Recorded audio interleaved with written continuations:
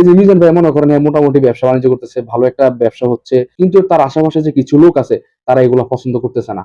তো সে বিদায় কি তারা এমন ভাবে একটা গেম চাল দিচ্ছে যে মিজান ভাইয়ের ব্যবসা এখান থেকে যাতে কি সে উঠে ফেলতে হয়, মানে এমন একটা গেম বাদ চলতেছে যেটা বাস্তব কথা।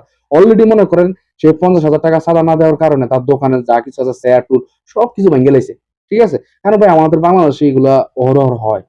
কিন্তু এর আগে সে ব্যবসা করে নাই, অবশ্য করছে, মনে করেন সে ভালো মতোই ব্যবসা করছে। হয়তোবা আগে ব্যবসা এই সেল হইতো কম, কাস্টমার কম আসতো, এখন বর্তমানে ভাইরাল হওয়ার কারণে প্রচুর পরিমাণ আসে। তো আগে তো এরকম সমস্যা হয় নাই, ভাইরাল হওয়ার কারণে তার এখন আজকে বড় ধরনের একটা সমস্যা হয়ে গেছে।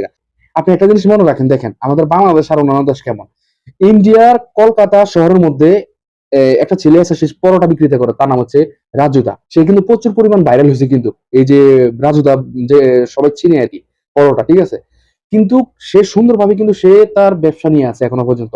এখনো পর্যন্ত কোনো ধরনের শুনি না তার থেকে কোনো লোক চান্দা চাইছে বা তাকে উঠাই দিছে ব্যবসা, এরকম কোনো ধরনের শৃঙ্খলা কোনো দেখি নাই, যেটা বাস্তব কথা। আমাদের বাংলাদেশের মতো আমাদের বাংলাদেশের মানুষ প্রচুর পরিমাণ হিংসা তাদের মনে, যেটা বাস্তব কথা ভাই।